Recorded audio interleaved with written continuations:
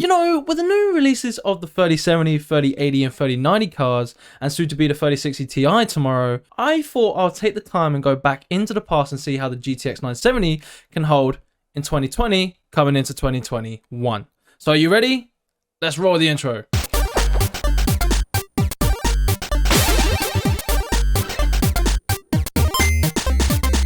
Hey, how's it going, you lot of people? Welcome back to another video. And like I said at the start, I really wanted to know how the GTX 970 can hold with new games and new releases in 2020 and have some sort of predictions coming into 2021. And this video is more about, you know, educating you lot and seeing if like how the GTX 970 will hold and if it's worth purchasing, as you know, the 30 series is kind of out of stock at the moment. And with the new releases of the 3060 Ti coming out on 2nd of December, which is tomorrow, or even today when the video releases, I think they're going to go out of stock pretty quickly. And if you are new, thank you very much for finding the channel. It means a hell of a lot to me. And if you do want to learn more about PCs and tech and become a little bit better with PCs and tech, then I'll make sure to subscribe, turn those notification bells down below, as I do these videos every 2 weeks on a Wednesday. And if you are looking for more relaxed gaming sessions, I'll do those every Monday at 7 PM. And also I'm starting to do some streaming as well on Twitch, where I do gaming, PC tech talks, and mess around with my mates every Saturday at 8 PM. So today with me, I actually got the GTX 970, like I said at the start, the gaming 4GB edition by MSI. I'll go and get the card right now actually. Just show it off a little bit. So here it is. It is one hell of a graphics card, especially with the release back in September 2014. And yeah, this is a really old card. In the PC industry world, for anyone that is new and watching, this is a very old card. And if you don't really know much about PCs and tech and you're just watching it anyway, thank you. But you might think, oh, it's not old. You know, 6 years old. It's not even that bad. But it is quite old. And the features of these cards are pretty amazing. So obviously we got ourselves SLI crossover support, which is something that was very popular back in 2014, where you could cross your GPIs over and have two running at the same time. And the funny thing about marketing as well, it made it out to be like, you know, 2 GPUs for double the performance, and it just never worked. It never worked, and it still doesn't work now, and it's such a dying thing. I just thought I'll point that out because it's quite funny to actually find one of those on a 2014 card because it was so popular back in the day. So then let's move on to the specs. With the GTX 970 Gaming 4GB edition, running through its base and boost clocks, in gaming mode it's got 1114 MHz base clock up to a boost of 1253, and in overclock mode, you know, for those hardcore gamers like myself, you got yourself 1140 base with a boost up to 1279. And for anyone that's looking for a silent, relaxed session, which I think is a bit of a weird mode to have, but I think that was popular back in the day, and I think it still is now. Anyway, I'm waffling on. It's got 1051 base of a boost up to 1178.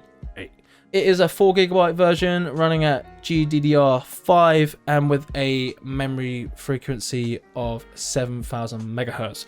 So then let's look at the video output function, or the features it has on the GPU.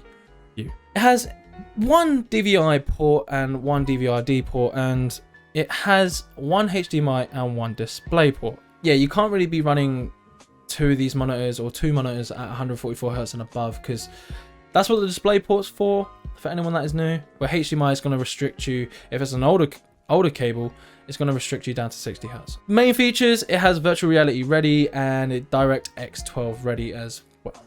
So we've now talked about the GPU, the specs, and the history of it.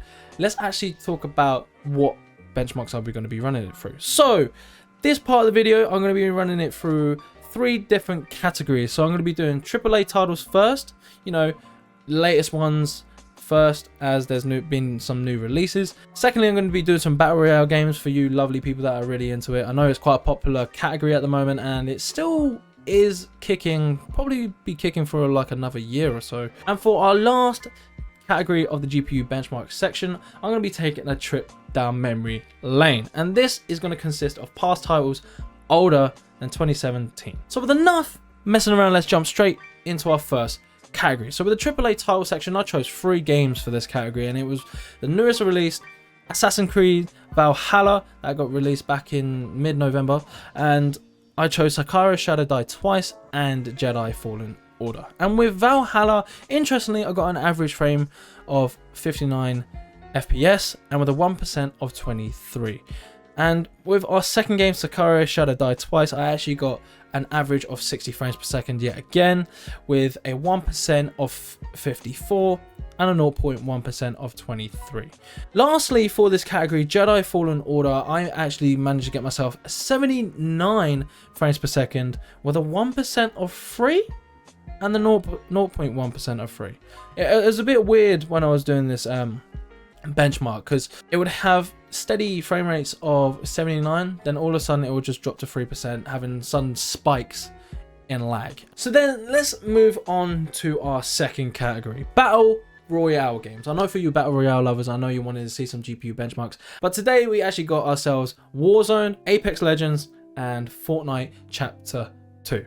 We're going to jump straight into it. With Warzone, I managed to get myself 171 frames per second average with a 1% of 123 and a 0.1% of 110. I know it's quite a popular multiplayer Battle Royale title at the moment, so I thought I'll throw this one out first off the Battle Royale category. Following from Warzone, we got ourselves Fortnite Chapter 2. And with this, I actually managed to run medium to pro settings just to get the most frames per second as I can out of the graphics card, and I actually managed to get an average of 175 frames per second with 1% of 110 and 0.1% of 66.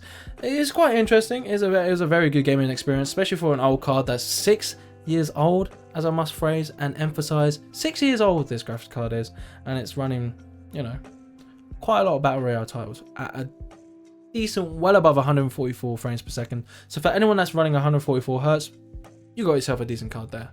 Lastly, Apex Season 7, may I ask. It's quite interesting. I was running on medium settings, dead on, no pro settings whatsoever, and I was getting 110 frames on average, and with a 1% of 75 and a 0.1% of 68. With that gaming experience, it's actually well above 60 frames per second, but not enough to hit those 144 frames per second. So I think the only way to combat that is probably go to the lower settings or pro settings just to get the much frames per second as you can out of the graphics card.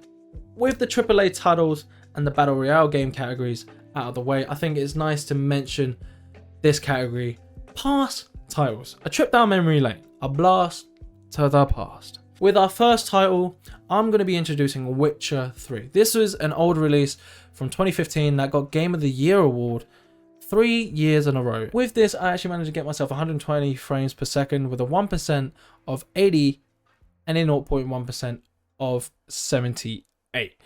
So around the 1%, 0.1%, it was quite steady there, but on average, I was getting quite a decent amount. Not enough for 144 hertz gaming experience, but enough to satisfy my gaming needs. But anyway, enough moping about, enough sucking off Witcher 3.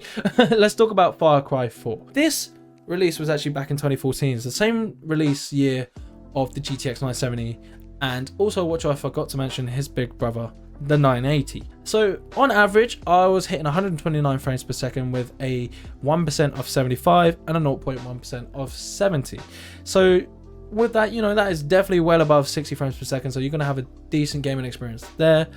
And for the last title of the blast to the past, trip down memory lane past titles, you know, however you want to call it, I decided to throw in Fallout 4. This is quite interesting. I actually managed to get myself 185 frames per second on average with a 1% of 145, so just above 144 frames per second, and the 0.1% hitting 133. With that title, you're definitely getting yourself some hell of a performance well above 144 frames per second. So you're gonna have some wicked experience there.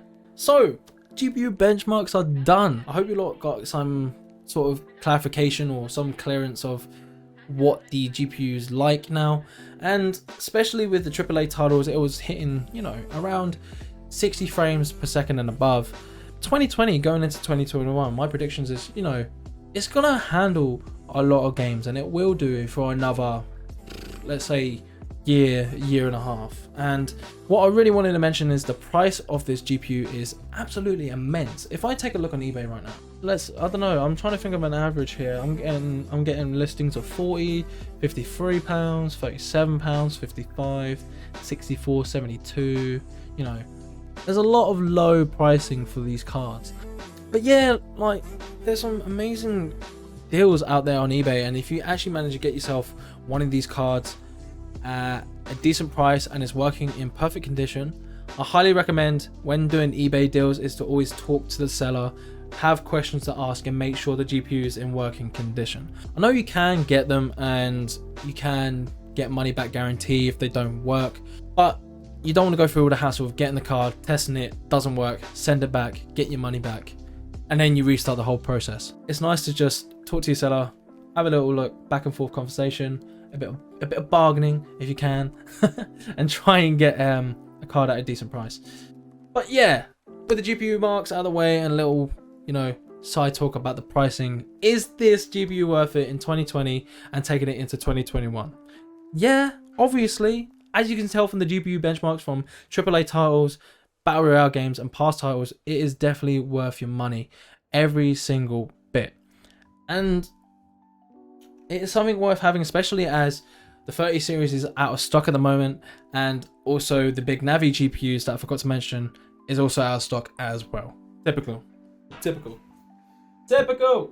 And like I said, if you did get to the end of this video, thank you very much for watching. And if you are new and you want to learn more about PCs and tech, then make sure to subscribe and turn those notification bells on down below, as I do these videos every 2 weeks on a Wednesday, and I do gaming content every Monday at 7 PM. Also, I stream on Twitch now, so if you want to come and check me out over there, I stream every Saturday at 8 PM, where you'll see me and my mates mess around on some games, some party games, and just chat a lot about PCs and tech.